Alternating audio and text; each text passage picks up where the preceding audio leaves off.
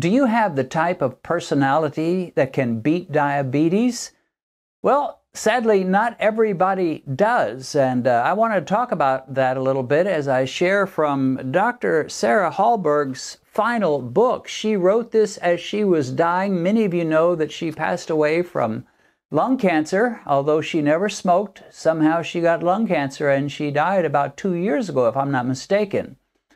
And her mother contacted me. She saw a video I did about her daughter, Sarah Hallberg, and she liked it, and she asked if I would write a foreword for her book, and I did, and then she was gracious enough to send me a copy of that book, and I'll put a link down below in the description as to how you can order that book. And so anyway, I want to share a few things. Today, as I was just reading some of the opening pages of the book, it reminded me of the kind of personality you got to have to beat diabetes these days, and Sarah definitely had that. Now, Sarah Hallberg first became famous when she did a TED Talk that was aired on YouTube, and it was called Reversing Type 2 Diabetes Starts with Ignoring the Guidelines.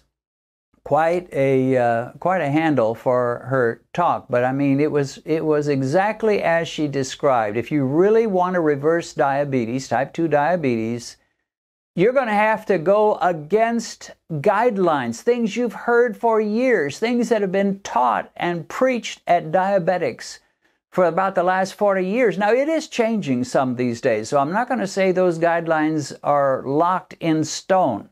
There's a whole groundswell of differing opinions, and she was one of them. In fact, she was one of the leaders of those guidelines. And as I read about her story, I haven't finished the book yet, but as I got into her story, I realized she had the exact kind of personality to not only beat diabetes, and as far as I know, she wasn't diabetic herself, but to help others to beat it and to go against the prevailing winds of the diabetic culture that have been blowing for years and for decades. So let me just share a couple of quotes. We won't make this too long.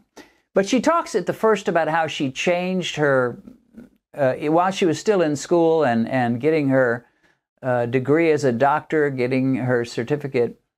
She started out thinking she would be a cardiologist, and then she changed her mind. She dabbled with the idea of being a doctor that works on varicose veins, and then she thought, no, that's too easy.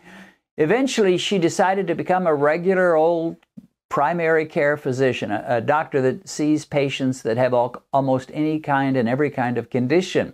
And that's what she went for, although eventually she started specializing in helping obese patients, and from there went into the idea of overcoming diabetes. But let's get started with a few of the statements she makes.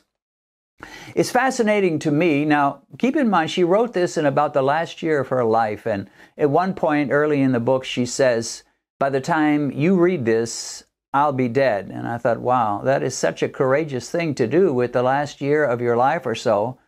I'm not sure too many people would want to do that, but she did, and she blessed us once again. Her life, her testimonies, her YouTube videos have been such a blessing to so many people. And I truly believe she has been a general in the army to beat diabetes. When she finally got into being a real doctor and started practicing, something disturbed her tremendously. Here's what she says. After all the years of classwork and research and training and grand rounds and residencies and specialized residencies and fellowships, all we were really trained and encouraged to do was one simple task: prescribe drugs. That's it. And she almost immediately chafed against the idea that all my job is to hear people tell me their story and give them this medication, give them that medication. It bugged her that she didn't have more time to spend with patients, because most doctors see so many patients, and she was with a practice where she could only spend about 10 minutes, maybe 15 if she really stretched it, with any patient. And she realized that all of her co-workers, the other physicians, they were more or less content, or at least most of them were, to just hear out the patient, prescribe the drug, go on to a new person. Hear out the patient, prescribe a drug, go on to a new patient. And she just didn't like that almost immediately. Well, I mentioned at the beginning the kind of personality you have to beat diabetes, and here is the kind of personality you have to have as a doctor to help people beat diabetes, and that is you have to be a little bit of a rebel. You have to be a little bit bugged by the status quo when the status quo clearly isn't working. And then she talks about how people would, and this I found fascinating. A lot of times some of you will declare it's all the doctor's fault. The doctors will prescribe this and prescribe that. They don't really help you out by telling you how to eat better, how to eat to beat diabetes, and so forth. And there's truth to that. But the way she tells it, and I fully believe what she has said in this book, it's also the patient's fault.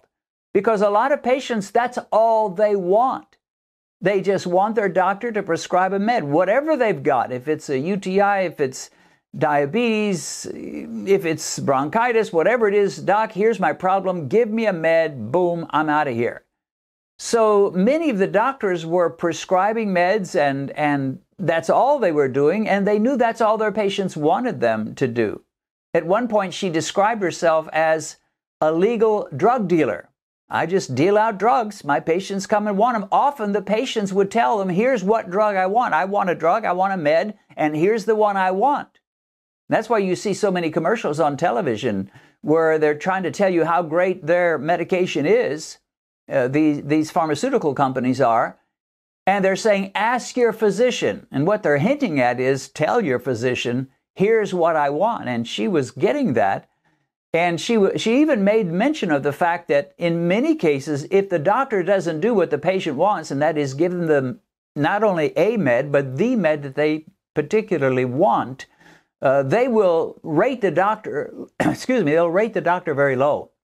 And a lot of doctors live and die by their ratings. These days, doctors are rated.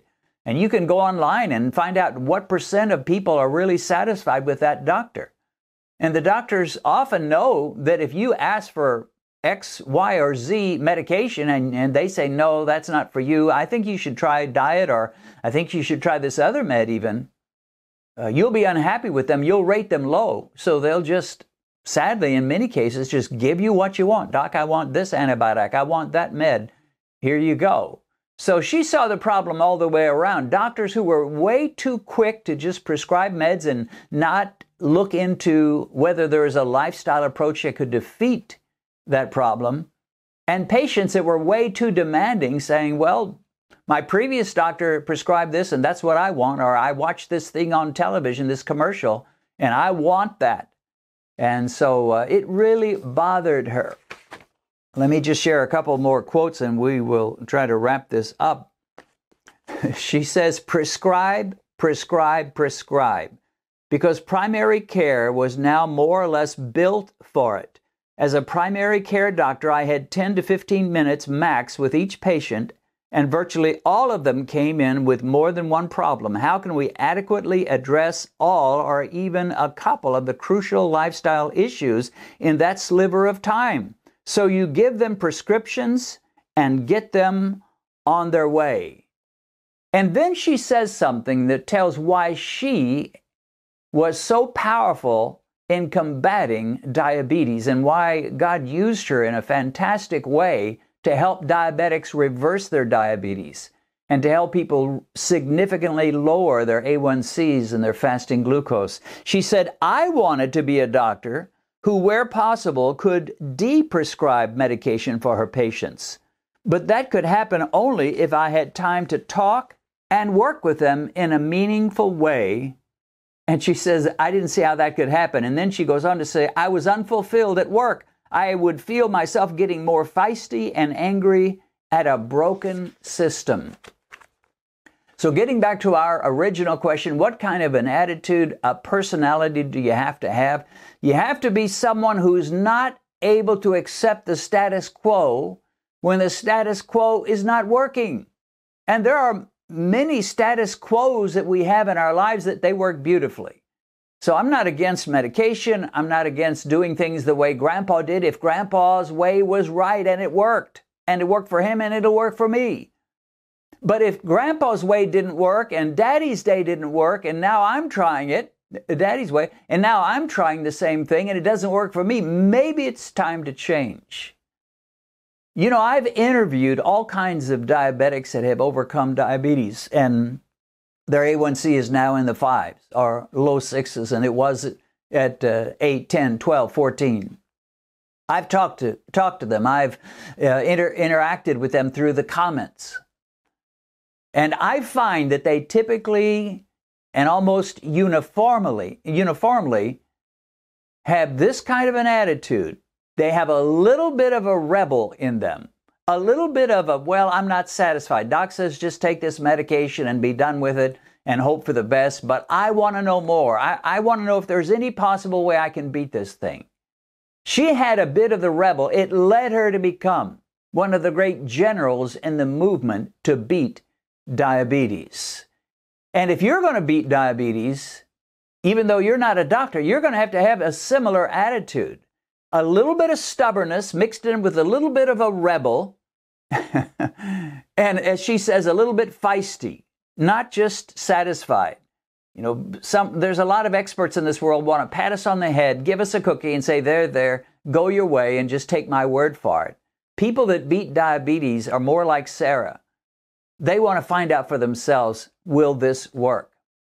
Now, the day will come, I'm convinced, where you won't have to be a rebel to beat diabetes. Right now, there are so many voices coming at you saying, eat low fat and don't touch meat. And if you have to eat meat, find the thinnest, scrawniest, toughest, leanest, driest piece of chicken you can eat and eat that if you have to eat it at all. But even that's not really good for you. I mean, there are voices coming at you saying, if you eat that hamburger patty, you'll surely drop over of a heart attack tomorrow. And all these voices, you're going to have to stand up and say, shut up. I'm not going to listen to you until I can find it proven by the research. And guess what, folks? The research is showing the exact opposite. Meat is not your enemy. Saturated fat is not your enemy. High-fat dairy is not your enemy. Sugar and carbs in excess are your enemy. Sarah Hallberg, although she didn't live out her full life, she did so much good while she was alive, and she led the way for all the rest of us. And she made so much sense. That TED Talk is 18 minutes long. And in it, there's pretty much all you will ever need to know. I mean, I've made video after video. I've got hundreds and hundreds of videos, and I'm thankful to God that people are blessed by them. But the reality is, in her 18-minute TED Talk, you'll get the basics right there and then. And I'll put a link to that TED Talk in the description. But my friend, you'll never whip diabetes if you're a conformist. Well, they say this and I better do it. They say I better eat low fat, so I guess I'll do it. You'll never whip diabetes that way. You're going to have to be a bit of the rebel, a bit of the nonconformist, and be willing to listen and look at the evidence and find out what works. In my case, I read a couple of books, one by Dr. Richard Bernstein, one by Drs. Mary and Michael Eads, and a couple of others. And then I tested my blood sugar like crazy, and I found out exactly what Sarah Hallberg said.